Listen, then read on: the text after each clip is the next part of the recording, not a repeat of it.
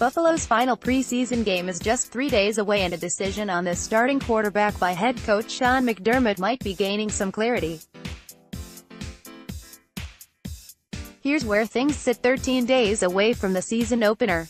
Josh Allen. Much like AJ McCarron's outing the week prior, Allen was under a lot of duress in his full half of action with the starters. He was sacked 5 times and pressured on several other pass plays. It compromised his effectiveness as a passer, as he finished 6-12 passing for 34 yards, with his longest completion going just 11 yards. He had some trouble getting out of the huddle on time, which left he and his center with less time to survey the defense and diagnose what might be coming. The Bengals were not playing elaborate coverage schemes, but without that time at the line pre-snap, the speed of the game got to him at times. Getting out there with the ones, it's moving really fast. To see that speed, it was eye-opening, Allen said. But in a game when you have to call plays and you're working against the play clock, sometimes when the play clock got low and I couldn't dissect or understand what they were doing, that's tough on a quarterback. So that's something else I have to get better at and learn from.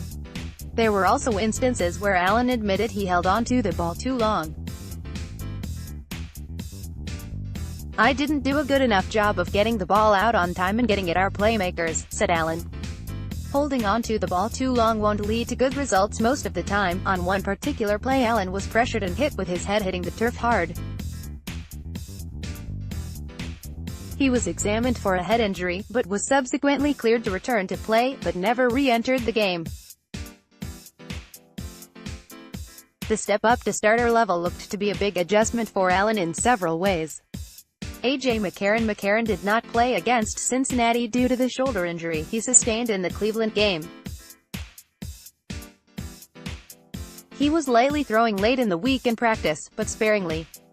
Head coach Sean McDermott, however, gave indication that McCarron could be back throwing as early as the Monday afternoon practice. I think AJ continues to have a good camp, and the important part is that we get him back healthy, which it looks like he is and ready to go these next couple of days, said McDermott. The time missed isn't McCarron's fault, but could impact how the quarterback competition plays out. Nate Peterman had another solid outing, albeit against second and third stringers.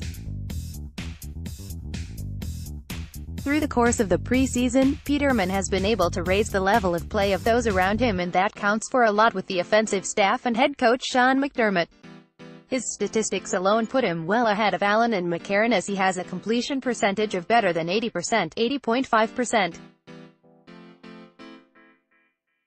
Sunday's game wasn't much different, as he went 16-21, 76.2% for 200 yards and a touchdown.